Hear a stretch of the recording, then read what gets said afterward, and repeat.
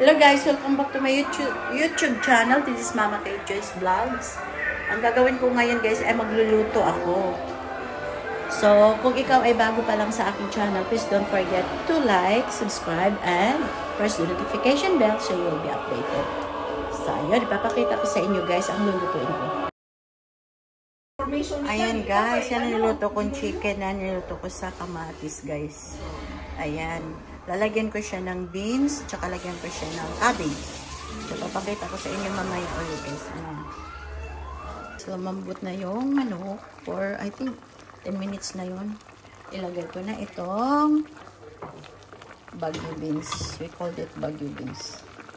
Beans lang dito sa Australia. But in Philippines, Baguio beans. So, ibang klase naman ito guys, lutong kamatis, hindi na siya. Kasi lagi na lang tayong kumakain ng, ng tinola, laging tinola. So, maiba naman.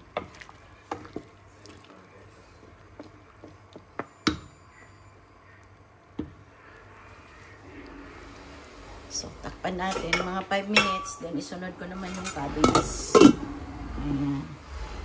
Ayan, nilagyan ko ng cabbage. Ayan. So, malalata na yan siya. Uy, naglaan ko na rin. Ayan. Ayan, diba? Ang sarap na, guys.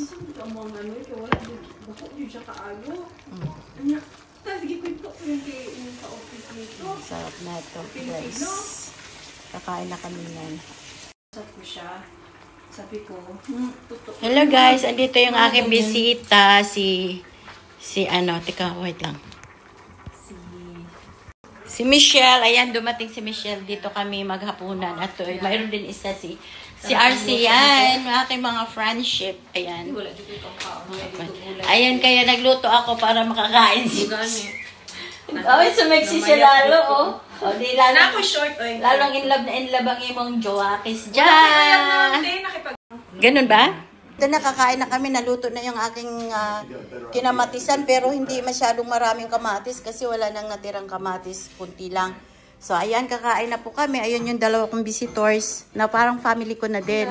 Ayun ang aking hobby ko. So, balik ulit doon sa mga visitors kong magaganda. Tingnan nyo yan.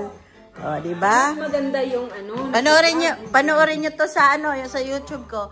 O, kung bago lang kayo guys, huwag nyo kalimutang mag-like, mag-subscribe, at i-press nyo yung notification bell para updated kayo. Ang gaganda nyo naman. Wow, wowie. Ayan, sige, kain na po kami. Hallelujah. Heavenly Father, thank you so much for today, O Lord God. Marami pong salamat. Nakatapos na po kami magluto, Panginoon.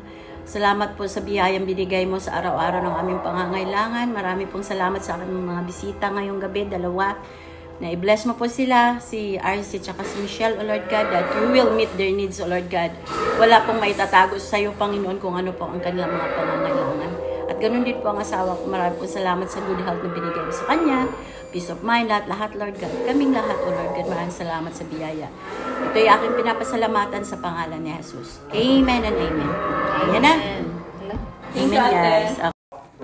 Hello, guys. Tapos na kami sa dinner namin. So, ngayon, itong iniinom kong, after namin mag-dinner, yung, hot water.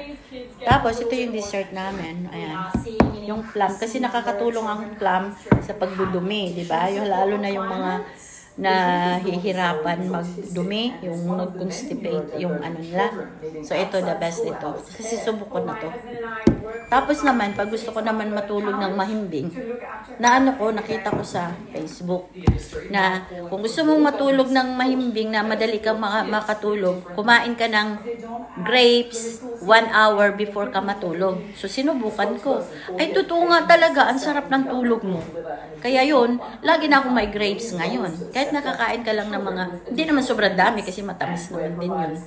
So, tama lang para makatulog ka. So, ayun lang may isi-share ko sa inyo guys. Mamaya uli ha. Ayan guys, ano ba yan? Uuwi na yung isa kong friend, si RC. Kasi meron pa siyang assessment tonight. So, ayun. So, kami na lang ni Michelle yon ang maiiwan tonight. Chika-chika kami, chikahan. Ayan, okay guys. Aalis na po sila. Bye for now. Hello guys. Ito, umiinom pa rin ako ng ano. I'm still drinking hot water. It's good for, you know, for your tummy. Your brain is so small. My brain is small? Lalo na kung may mga kabag ka sa tiyan. So maganda yung maligam-gam yung iniinom natin pagkatapos kumain. So ito yung kumakain kami ng plum. Yan nga sinasabi ko na nakakatulong siya sa digestion. Ayan. So yung isa naming friend umuwi na. Ito kami sa ano, ito yung table namin, dining table. Yung isa ko naman friend pumasok sa room kasi tumawag yung kanyang brother. So ayun guys. So ganito ang ginagawa namin dito sa Sydney patapos ng aming church sa umaga. Tapos pagka uwi namin ng tanghali, malingki kami, yung ganyan, mag-shopping, then after that, magluto. Sama-sama kami ng mga friends ko dito. Ayun, so nagbabalak na naman kami sa next week. Sabado dito sila matutulog, tapos mag-ano kami. Dito kami mag-dinner sabay-sabay. So tatawagan ko naman yung aking daughter para sama-sama kami dito. Mag-barbecue. And tapos mag-ihaw ng mga isda. Diba? Sarap yun. So na-excite na ako eh. Excited na ako sa aming camping sa Good Friday. Ang alis namin. Punta kami ng Oberon.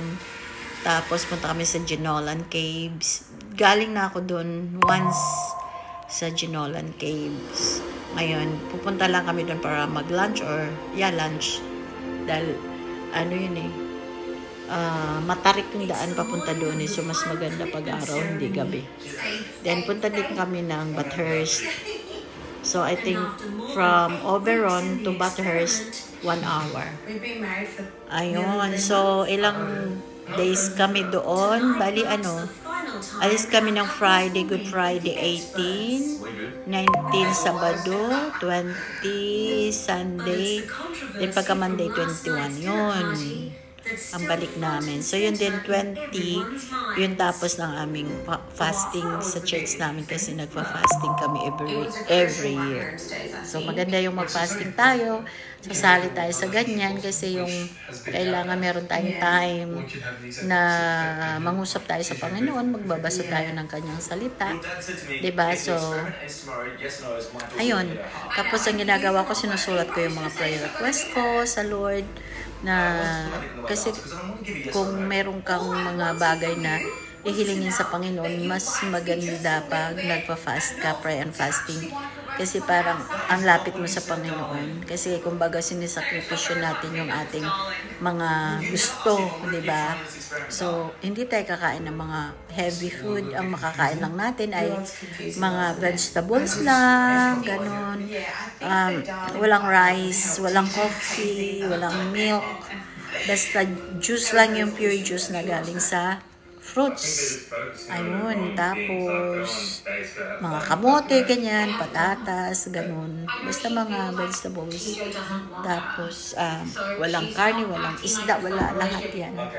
So, sakripisyo lang talaga natin, guys, para sa Panginoon.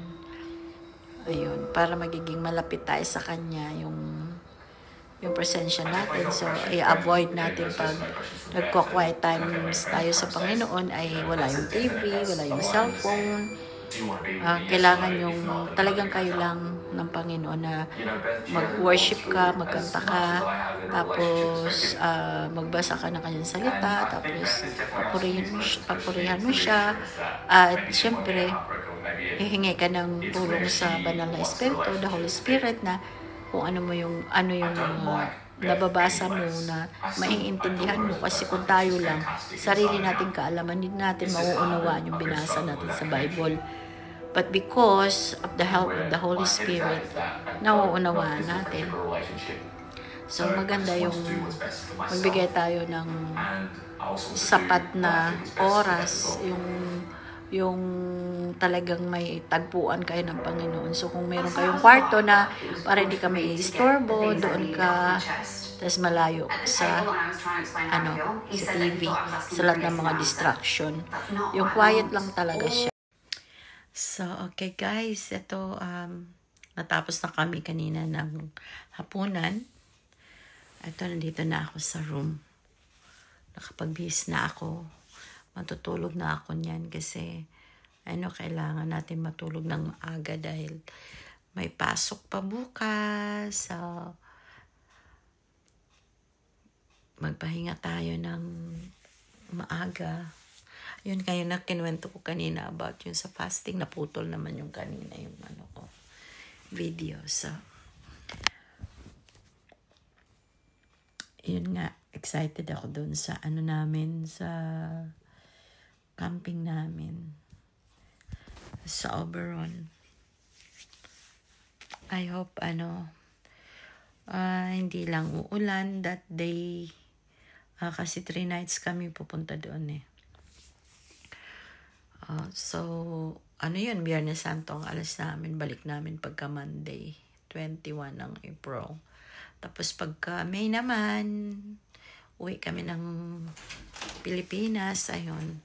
Tapos punta kami Macau, punta kami ng Hong Kong, if God willing. So, traveling mercy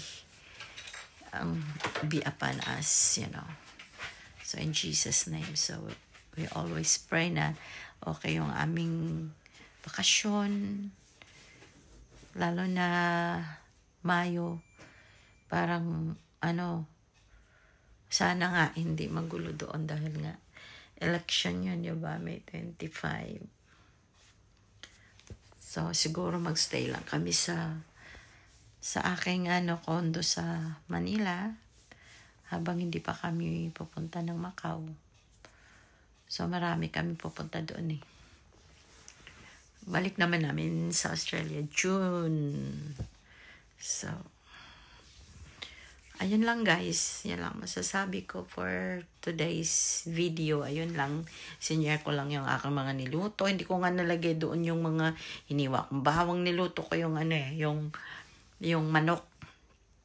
Kasi na rin ako, na sasawa na rin ako sa laging tinola. Napanood ko sa sa Facebook yung kinamatisan, ganun pala, pero kulang nga lang sa kamatis yung pagkaluto ko. Kailangan mas marami yung dudurugin kasi mas masarap. Pero kahit pa paano, masarap din naman siya. May gulay, may repolyo. Alam mo naman na pag kailangan natin kumain ng gulay, hindi lang puro karne. Kasi para nakakatulong din sa ating katawan na magiging healthy, yung healthy living tayo, diba? So, yun lang mga kaibigan, mga kamami, always lang tayo, kakain lang tayo ng healthy na food, yung lalo na kakain tayo ng gulay at saka prutas. Ayan, thank you so much guys for always there. If you are just new on my channel, please don't forget to like, subscribe, and press the notification bell for more videos, for more live, because nagla-live din ako dito sa aking YouTube, sa aking sa aking Instagram, sa aking page. So you can follow me guys on my page and on my Instagram and on my TikTok as well. So on my Instagram, Kate Meras 4052, and on my page, Kate Meras 4052, and on TikTok is Kate Joyce Meras. So, ayun. Maraming salamat sa inyo. I love you all. God bless you all. Bye for now. God bless.